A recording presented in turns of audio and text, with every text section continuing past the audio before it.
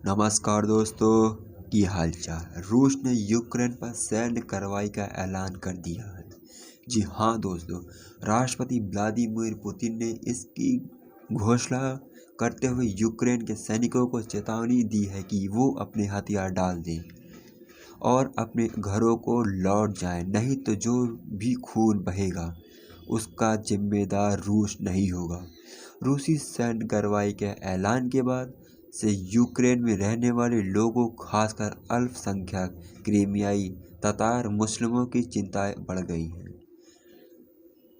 53 वर्षीय ततार मुस्लिम इरफान कुडुसोव करीब 20 साल के थे जब वो 45 साल के ततार मुस्लिमों के निर्वासन के बाद अपने परिवार के साथ यूक्रेन लौटे थे।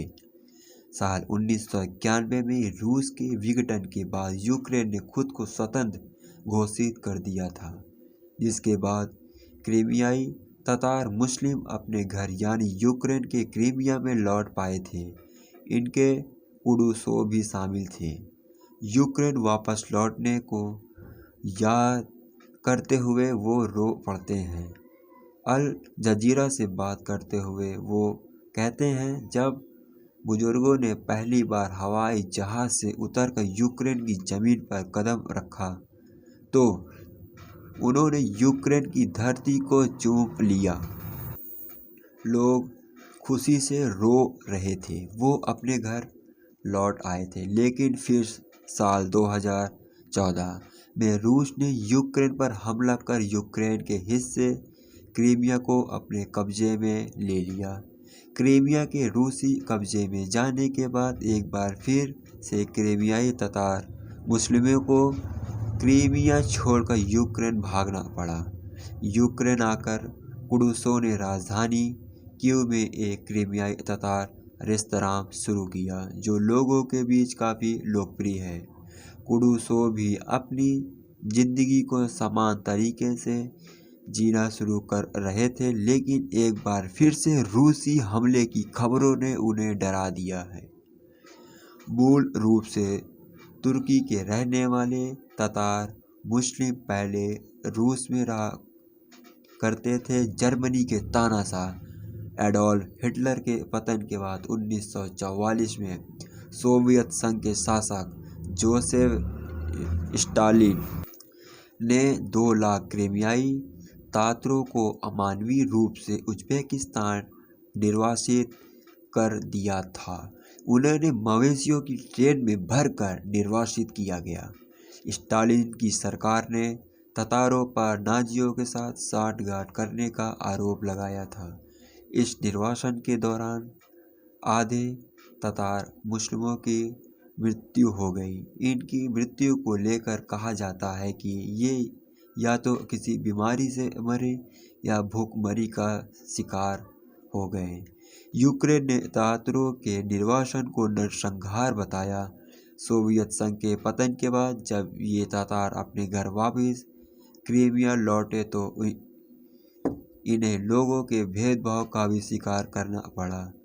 उनके घरों और ज़मीन पर कब्जा कर लिया गया था और उन्हें ना तो घर खरीदने दिया जाता था और ना ही कोई अपना कमरा उन्हें किराए पर देने के लिए राजी था। कीव की रहने वाली 34 वर्षीय जाकिदा एडिलोवा बताती हैं कि उनकी दादी का क्रीमिया में अपना घर था, लेकिन साल 1944 में उन्हें स्टालिन ने देश से निकाल फेंका था। रूस के विघटन के बाद उनकी दादी अपने घर आईं, लेकिन यहाँ उन्हें निराशा हाथ लगी। जाकिदा बताती हैं, उन्होंने अपने घर पहुंचकर दरवाजे पर दस्तक दी। जब घर के मालिक बाहर आए और उन्हें पता लगा कि मेरी दादी अपना घर चाहती हैं, तो उन लोगों ने दादी के साथ बहुत कठोर बर्ताव किया। सोवियत संघ में ततारों को लेकर लोग कहते हैं कि उन्होंने नाजियों का साथ दिया और उन्हें साथ भेदभाव होता था। हालांकि बहुत से ततारों ने हिटलर की सेना के विरुद्ध रेड आर्मी में भी काम किया था। यूक्रेन में ततारों को लेकर लोगों की धारणा में समय के साथ सुधार हुआ। साल 1991 में यूक्रेन की सरकार ने ततारों का प्रतिनिधित्व करने वाली संस्था मेजलिस की स्थापना की। मार्च 2014 में रूस ने एक विवादित जनमत संग्रह का सहारा लेकर यूक्रेन के हिस्से क्रीमिया को अपने कब्जे में ले लिया।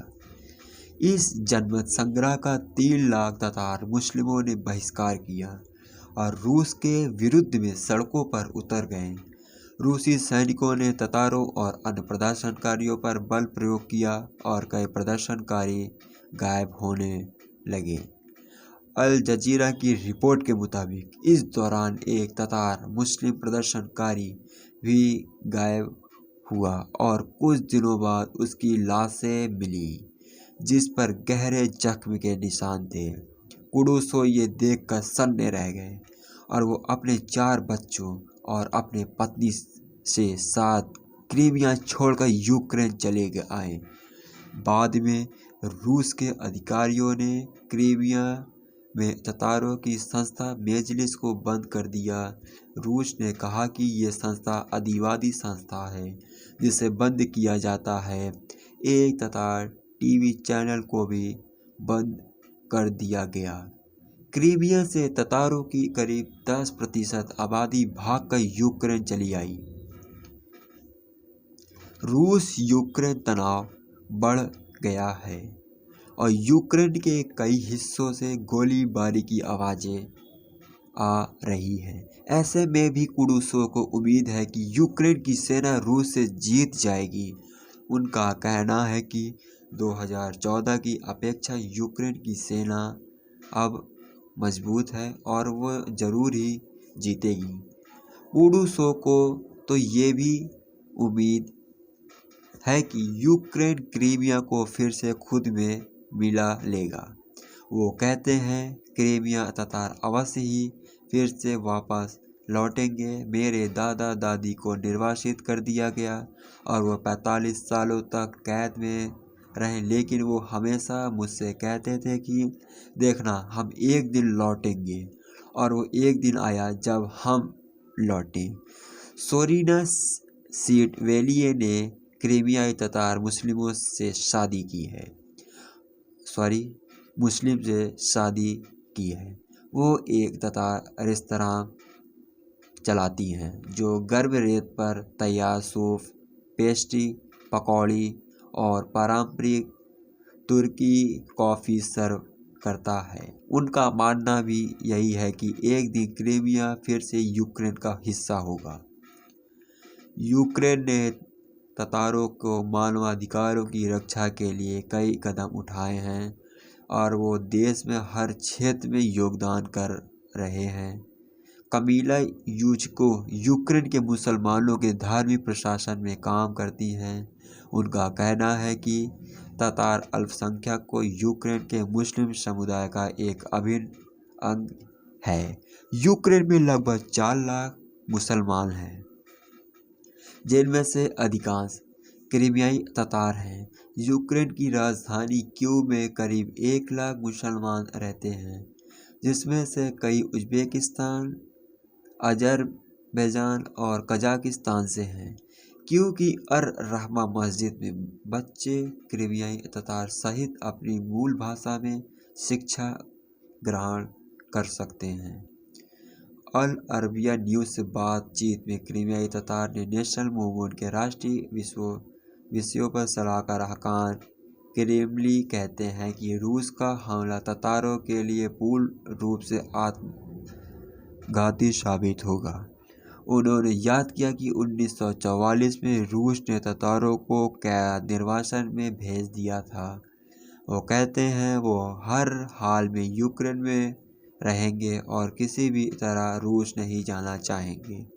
साथ ही वो ये भी कहते हैं कि ततार मुस्लिमों पर रूसी हमले का वैसा ही असर होगा जैसा कि यूक्रेन के अन्य समुदायों पर, क्योंकि यूक्रेन की सरकार धार्मिक आधार पर बांटी नहीं है। वही मार्क सेनर जो कि यूक्रेन में इस्लामोफोबिया के खिलाफ काम करते हैं, कहते हैं कि रूसी हमले का ततार मुस्लिमों पर प्रभाव का आकलन करना अभी बहुत जल्दबाजी है।